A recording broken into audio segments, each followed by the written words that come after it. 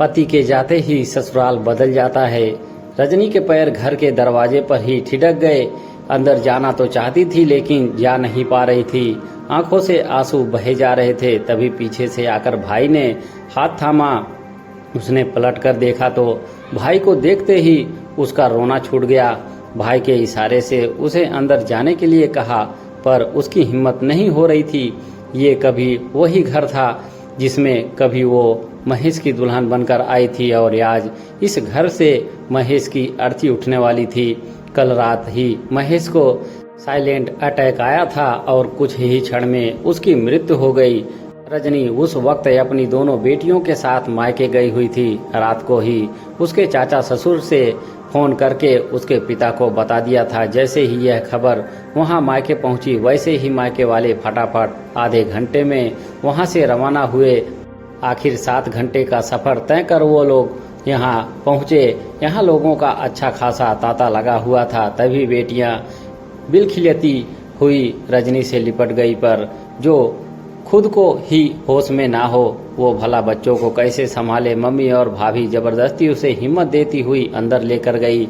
उस बड़े से बरामदे में कुछ औरतें सास को घेरे बैठी हुई थी। ननद और जेठानी भी एक तरफ बैठी रो रही थी। रजनी के आते ही रुदन और तेज हो गया। शायद वो लोग रजनी का ही इंतजार कर रहे थे। रजनी के आते ही 20 मिनट में महेश की अर्थी उस घर से उठी और कुछ क्षण में ही वो सख्त यहाँ से चला गया। उसके पीछे वो इस घर में थी, अपनी बेटियों को सीने से लगाए उसका रोना छूट रहा था। कहने को पूरा परिवार वहीं था, पर महेश के जाते ही ऐसा लगा जैसे सब कुछ छूट गया।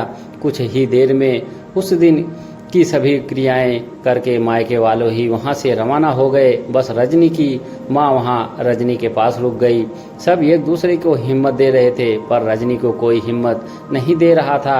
आखिर महेश की उम्र ही क्या थी, सिर्फ 40 वर्ष। सास ने जवान बेटा खोया था, उसका कलेजा मुंह को आ रहा था। बहन ने छोटे भाई को खोया था। बड़े भाई की तो जैसे हिम्मत ही चली गई थी। उसकी दोनों बेटियां उससे लिपट कर रो रही थी और उन दोनों को चुप कराने के लिए, हिम्मत बढ़ाने के लिए कौन था? सिर्फ रजनी और उसकी माँ। आज उसे अपना ससुराल बेगाना सा लग रहा था। वह यहाँ 15 दिन कैसे निकालेगी, उसे यही समझ में नहीं आ रहा था। लेकिन घर में लोगों के मन में क्या चल रहा था उसे इसका बिल्कुल अंदाजा भी नहीं था। सारी क्रियाएं बड़े भैया के बेटे ने की थी। 10 दिन बाद रजनी के पापा ने उसके परिवार वालों से पूछा, देखिए समधन जी, अभी रजनी की स्थिति बिल्कुल अच्छी नहीं है। क्या हम 15 दिन होते ही उसको यहाँ से ले जाएं? पर नियम के अनुसार 1.25 महीने से पहले एक पत्नी को वो जगह नहीं छोड़ती। रजनी को कैसे हम जाने की इजाज़त दे दें? सास ने जवाब दिया। पर समधन जी, रजनी की हालत को आप भी तो देख ही रहे हैं। उसे थोड़ा वक्त चाहिए। अगर वो खुद को ही संभाल नहीं पाई तो बच्चों को कैसे संभालेगी? देखिए समधन जी, 1.25 महीने तो वो कहीं नहीं जाएगी। आपको ले जाना है तो 1.25 महीने के बाद ले जाना और हमेशा के लिए अपने पास ही रख लेना। फिर तो हम आपसे कुछ कहेंगे भी नहीं, सास ने बिगड़ते हुए जवाब दिया। अंदर कमरे में बैठी रजनी को भी ये बातें सुनाई दी। सुनकर अंदर तक कुछ दरक गया। अब इस घर में मेरी क्या जगह है? माहौल बिगड़ते देखकर पापा चुप हो गए।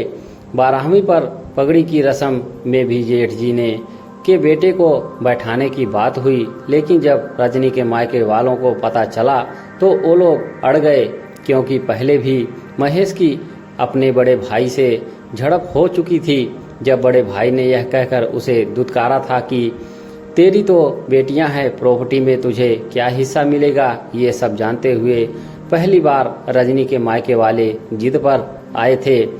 पगड़ी की रस्म करवानी है तो आपको या तो रजनी को पगड़ी पहनवानी पड़ेगी या फिर उसकी बेटी को बड़े भाई के बेटे को बिठाने का क्या तुक है, जबकि महेश जी का अपना पूरा परिवार है। हमारे यहाँ औरतों को पगड़ी नहीं बांधती। जेठ जी ने कहा, जो नहीं होता वो अब होगा। रजनी का हक हम किसी को लेने नहीं देंगे।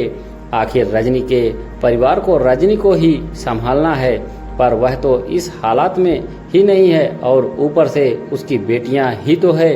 वो तो शादी करके कल वो ससुराल चली जाएगी, जबकि पगड़ी एक जिम्मेदारी होती है।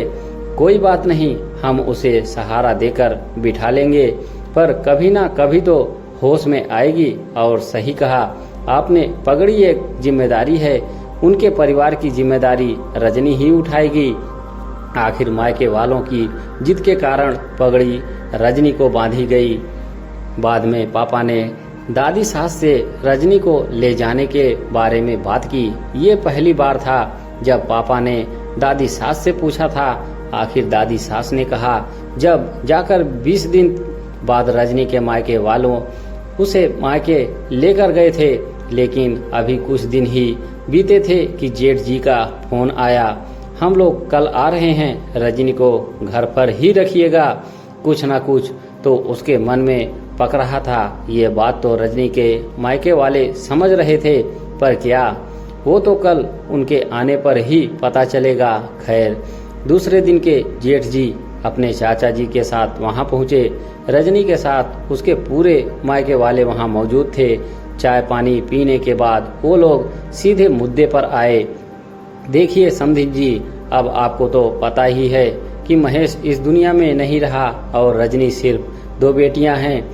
ऐसे में हम चाहते हैं कि रजनी इन पेपर्स पर साइन कर दे, जो हमने हमारे पूरे परिवार की सर्वसंपत्ति से बनाया है, और माँ की भी यही इच्छा है। क्या लिखा है इन पेपर पर, जरा खोलकर बताइए। रजनी के भाई ने कहा, ये हक त्याग के पेपर्स हैं, हमारी तो पुश्तैनी जमीन है और उस पर रजनी को अपना हक त्याग करना पड़ेगा। बदले में हम रजनी की दोनों बेटियों की शादी की जिम्मेदारी अपने सिर लेते हैं। भविष्य में उन दोनों का विवाह हम धूमधाम से करवा देंगे। रही बात मकान में हिस्सेदारी की, तो इसका 1/3 हिस्सा हम रजनी को देने को तैयार हैं। वो वहाँ पर अपनी बेटियों के साथ आकर रहे। इसके अलावा वो महेश की सेविंग है जो रजनी के पास है, जिससे वो अपना गुजर बसर कर सकती है। ये सुनकर सभी त्योरियां चढ़ गई। इससे पहले कोई कुछ कहता, रजनी ने जवाब दिया, मैं कोई हक त्याग नहीं करूंगी। मेरे पति की मृत्यु के बाद उनकी प्रॉपर्टी में हम बराबर के हिस्सेदार हैं। अगर आप लोग हिस्सा नहीं देंगे तो मैं कोर्ट के जरिए लूंगी, पर मैं अपनी बेटियों के भविष्य को अंधकार में नहीं छोड़ूंगी। इस प्रॉपर्टी पर मेरी बेटियों का बराबर का हक है और माँ इन सब के लिए तैयार है। तो कह दीजिए उनसे कि उनका बेटा गया है, पर उसकी पत्नी और 2 बेटियां अभी जिंदा है। रजनी के तेवर देखकर जेठ जी और चाचा ससुर से आगे कुछ कहते नहीं बना। वो लोग चुपचाप वहां से उठकर चले गए। आज रजनी जॉब कर रही है और अपने दोनों बेटियों को पाल रही है। उसके माता पिता ने अपनी तरफ से उसे एक फ्लैट गिफ्ट कर दिया, जिसमें वो अपने दोनों बेटियों के साथ रह रही है। अभी तक प्रॉपर्टी का मैटर सॉल्व नहीं हुआ है। ससुराल वाले उस पर अभी भी दबाव बना रहे हैं कि वो उनका हक त्याग दे, पर वो अभी तक जिद पर अड़ी हुई है। अभी भी मैटर पेंडिंग ही चल रहा है। कई बार इसकी मानसिक तनाव के बाद दिल में एक हुक से उठती है कि जब सब कुछ छोड़ के दे, पर बेटियों को देखकर फिर हिम्मत पर खड़ी हो जाती है। दोस्तों, आपकी राय क्या है कमेंट बॉक्स में जरूर बताएं। धन्यवाद।